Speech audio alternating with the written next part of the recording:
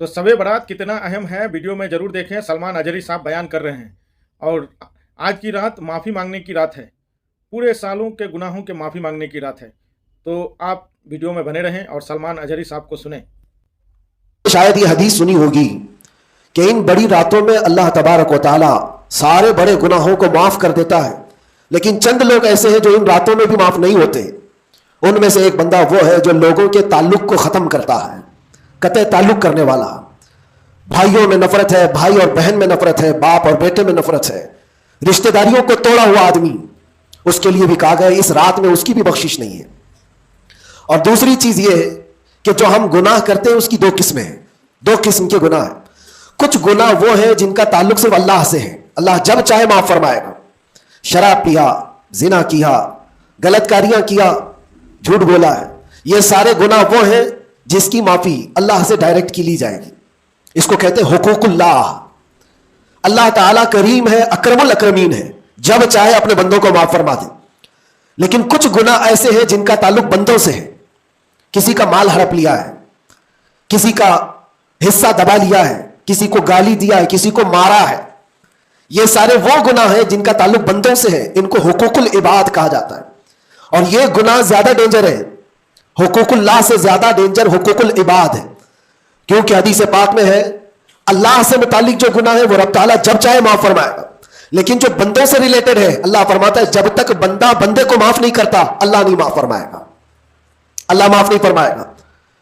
हुजूर पाक सल्लल्लाहु अलैहि वसल्लम ने सहाबा से पूछा सबसे गरीब आदमी कौन है, तुम जानते हो सबसे मुफलिस आदमी कौन है? हुजूर सल्लल्लाहु अलैहि वसल्लम ने सहाबा से पूछा तो सहाबा ने कहा अल्लाह के नबी ज्यादा जानते हैं। आका कौनैन सल्लल्लाहु अलैहि वसल्लम फरमाते हैं सबसे ज्यादा गरीब कयामत के दिन वो नहीं जिसके पास पैसा नहीं, माल नहीं, नेकियां नहीं, वो नहीं, बल्कि मेरे आका फरमाते हैं कयामत के दिन एक बंदा ऐसा होगा जिसकी नमाजें भी बहुत थी, सदकात और खैरात भी बहुत थे, हज भी किया था, ज़कात भी दिया था, उम्रे भी थे, नफिल इबादतें भी थी, उसकी बहुत नेकियां लेकर के आया था। लेकिन जिस वक्त वो अदालत इलाही में पेश हुआ तो कई लोग खड़े हो गए, इधर से उधर से आए, रब ताला से कहने लगे मौला ये नेक तो बहुत है, नमाजें इसकी बहुत है, हज भी किया है, उम्रे भी किया है, लेकिन मेरे पैसे भी दबा कर रखा था। कोई कहता है कि मौला मेरा हक इसके ऊपर बनता है, इसने मुझे गाली दी थी। कोई कहता है कि मौला मेरा भी हक बनता है, इसने मुझे मारा था। कोई कहता है मौला मेरा भी हक बनता है, इसने मेरे पीठ पीछे मुझसे चुगली की थी और लड़ाने की कोशिश की थी, मेरा हक बनता है इस पर। तो ये सारे हक तलब करने वाले बंदे खड़े हो जाएंगे उसके खिलाफ जो नेकोकार था। अल्लाह ताला फरमाता है तुम लोगों को इससे क्या चाहिए? सारे बंदे कहते हैं मौला हम तो गुनहगार हैं, नेकियों की कमी है, इसके पास नेकियां ज्यादा, इसकी नेकियां हमें दिला दे। अब अदालत इलाही का ये फैसला सुनो, अल्लाह फरिश्तों को हुक्म देता है इसके पास जितनी नेकियां हैं वो इन सब में तकसीम करो, जितनों का हक इसने दबा रखा है सब में इसकी नेकियां बांटी जाए। जब फरिश्ते इसकी नेकियां निकाल निकाल कर तकसीम कर रहे थे, नेकियां इसकी पूरी खत्म हो गई, हकदारों का भी हक पूरा हुआ नहीं, कुछ और भी बाकी रह गए थे। वो कहने लगे मौला हमारा भी हक है इसके ऊपर, हमारा भी इसने माल रखा है। अल्लाह ताला फरमाता है अब उसके पास तो नेकियां पूरी खत्म हो गई, तुम चाहते क्या हो? वो गुनहगार थे, वो कहते मौला हम ये चाहते हैं कि हमारे गुनाह उठा करके उस पर डाल दे, हमारा बोझ तो कम हो जाए। हुक्म होगा रब ताला का कि इसके ऊपर उनका हक बनता है, लिहाजा उनके गुनाह उठा उठा करके इसके ऊपर डालो। हदीस पाक में मेरे आका फरमाते हैं लेके तो चला था बहुत सारी नेकियां, लेकिन वहां सब बट गई, उल्टा दूसरों के गुनाह अपने सर पर ले लिया और सीधे उसको फरिश्ते जहन्नम में लेकर जाते हैं। यह क़यामत के दिन का सबसे मुफलिस आदमी है, सबसे गरीब। इसीलिए ए लोगों हुकूकुल इबाद में कभी गिरफ्तार मत होना, दुनिया में किसी का हक दबाकर मत रखना। किसी को अगर तुमने अपनी जुबान से ईजा दिया है, तकलीफ दी है, या हाथ से दिया है, या किसी भी तरह से दिया है, तो क़यामत के दिन उसका हक लिया जाएगा, तुम्हें उसका हक देना पड़ेगा। इसीलिए शब बारात आती है तो सब लोग एक दूसरे से माफी भी मांग लेते हैं।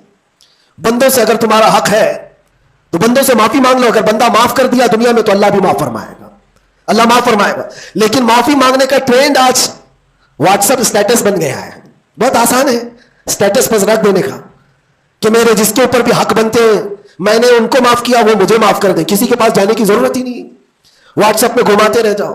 क्या इसी को माफी मांगना कहते हैं?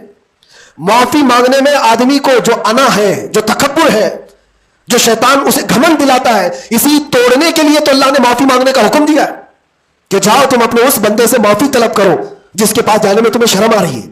اپنے نفس کو توڑو، اپنے انا کو ختم کرو، اپنے تکبر کو مارو. تمہاری بہن کا کوئی حق باقی تھا تو تم اگر یہ سوچتے ہو اس کے پاس کیسے جاؤں، وہ تو چھوٹی ہے، میں اتنا بڑا ہو گیا ہوں، کیا بہن سے بھی معافی مانگوں گا؟ میں چھوٹا ہو جاؤں گا. قدر کرو، آج تمہارے پاس وقت ہے. یہاں تھوڑی دیر کے لیے چھوٹا ہونا اچھی بات ہے.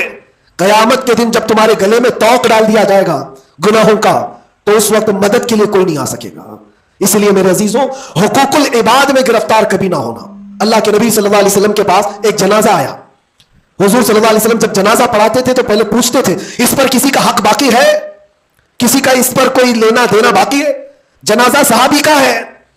جب جنازے کے پاس کھڑے تھے تو ایک صحابی آگے بڑھتے اور کہتے یا رسول اللہ 2 درہم میرے اس کے اوپر باقی ہے اور یہ مر گیا، دیا نہیں مجھ کو، 2 درہم قرضہ اس کے اوپر میرا باقی ہے. حضور پاک صلی اللہ علیہ وسلم نے کیا فرمایا جانتے؟ صلو علی صاحبکم ولا اصلی علیہ. اے لوگوں تم چاہو تو اس کا جنازہ پڑھ لو، میں نہیں پڑھوں گا. حضور پیچھے ہٹ گئے. 2 درہم کا صرف قرضہ باقی تھا جن کا انتقال ہوا اور حضور نے فرمایا میں جنازہ نہیں پڑھوں گا. سوچو آج 2 درہم کا بوجھ بھی کتنا بڑا ہوتا ہے. جنازہ رکھا ہے، حضور پیچھے ہٹ گئے. پھر ایک کوئی صحابی آگے بڑھتے اور کہتے یا رسول اللہ صلی اللہ علیہ وسلم ان کی جانب سے ان کا قرضہ میں ادا کر دوں گا. حضور نے فرمایا کب تک ادا کرو گے؟ کہا کل کی مغرب سے پہلے پہلے میں ادا کر دوں گا. اللہ کے نبی نے ان سے وعدہ لیا اور اس کے بعد پھر اس صحابی کی نماز جنازہ پڑھائی. یہاں تو بہت سارے حقوق لے کر بیٹھے ہیں، وہ تو 2 درہم کی بات کر رہا ہوں. اسی لیے ہماری زندگی کا خاتمہ ہونے سے پہلے یہ حساب کتاب پہلے صاف کر لو. حاسبو قبل ان تحاسبو، اپنا حساب کلیئر رکھو اس سے پہلے کہ تمہارا حساب لیا جائے. اللہ کریم ہم سب کو کہنے سننے سے زیادہ عمل کی توفیق عطا فرما. رب تبارک و تعالی شعبان المعظم کے اس پاکیزہ مہینے کو ہم سب کے لیے نیکیوں والا اور خیر و برکت والا مہینہ بنائے. الہ العالمین قدیر و جبار خدا، جب تو نے رجب اور شعبان ہمیں دکھایا ہے تو رمضان تک ہماری زندگی عطا فرما. وآخر دعوانا الحمدللہ رب العالمین. تو آپ لوگوں نے سنا سلمان اجری صاحب کا ویڈیو اور دیکھا بھی، سنا بھی اور دیکھا بھی. آج کی رات برکت کی رات ہے، آج کی رات جاگتے رہنا ہے اور عبادت کرتے رہنا ہے اور کل روزہ بھی رکھنا ہے کیونکہ پورے سال کا روزے کا ثواب کل ملے گا کل روزہ رکھنے سے. اور آج اگر پوری رات عبادت کرتے ہیں جو بھی معافی مانگیے گا آپ کو معافی مل جائے گا. اس رات کی بہت اہمیت ہے، تو جاگتے رہیں اور معافی مانگتے رہیں اور عبادت کرتے رہیں. دوستو ہمارے چینل میں بنے رہنے کے لیے لائک کریں، شیئر کریں اور جو لوگ نہیں اس چینل کو سبسکرائب کیا ان تک پہنچائیں اور شیئر کریں. تو دوستو آج کی رات دعا مانگنے کی رات ہے. السلام علیکم.